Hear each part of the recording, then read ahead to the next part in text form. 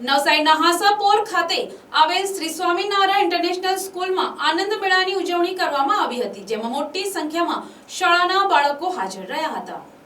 Shri Swaminarayan international school જે નવસારી હાંસાપોર સ્થિત છે અને બાળકોને હર હંમેશ અવનવા પ્રોગ્રામનું આયોજન કરી તેમનામાં રહેલી સુસુપ્ત શક્તિઓને બહાર લાવવાની કોશિશ કરે છે, તેમજ ભાર વિનાનું ભણતર રહે તે માટે તેમના ઉત્સાહને નિરંતર રાખવા સદૈવ પ્રયાસ કરે છે। ત્યારે ગુરુવર્ય શાસ્ત્રી સ્વામી શ્રી હરિવલ્લભદાસજીના આશીર્વાદ લઈ શ્રી સ્વામિનારાયણ ઇન્ટરનેશનલ સ્કૂલમાં આનંદ મેળાની ઉજવણી કરવામાં આવી હતી।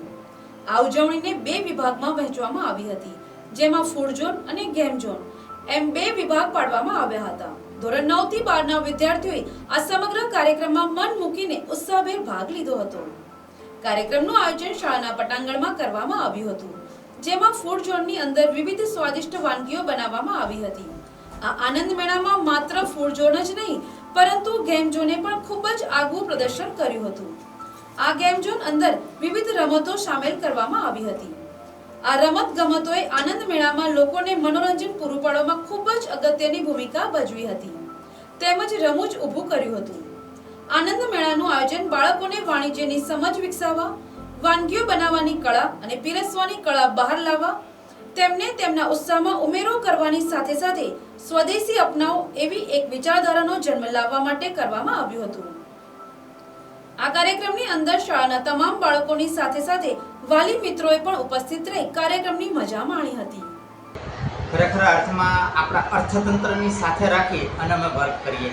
ઘણીવાર ઘણાને એવું થતું હોય કે ભાઈ આપણે આ ફેરવેલ કરીએ, ફનફેર કરીએ, બીજું કરીએ, પણ અમારો ખાસ ઉદ્દેશ હતો કે ભાઈ સ્વદેશી અત્યારે કંઈ પણ ગવર્મેન્ટનું હશે તો સ્વદેશીનું ઘણીવાર લોકો વાત કરતા હોય છે, તો બાળકો દ્વારા જો નીચેથી જ શિક્ષણ આપવામાં આવે કે બાળકને જનરલી અત્યારે મોટામાં મોટો બિઝનેસ ચાલતો હોય કોઈ, તો આપણે જોઈએ ને તો હોટલ મેનેજમેન્ટ, હોસ્પિટાલિટી આ બધાનો ચાલતો હોય છે, તો એની અંદર કોલેજ માસ્ટર કરીને ત્યાર પછી આપણે માસ્ટર થઈએ એમના કરતાં મેં એવું વિચાર્યું કે ધોરણ 8થી જ જે બાળકોને પોતે જાતે વસ્તુ બનાવશે, અલગ અલગ પ્રકારની વેરાયટી બનાવશે, લગભગ અત્યારે અમારે અહીંયા 350 ટાઈપના અલગ અલગ પોતાના આપણી સાદી ભાષામાં કહીએ ને જુગાડ કરી અને બાળકોએ એટલી સરસ વેરાયટી બનાવેલી છે કે એનાથી આપણે ખાઈએ તો આપણને પણ ખબર નહીં પડે કે આ કઈ રીતનો ટેસ્ટ સરસ એવો છે।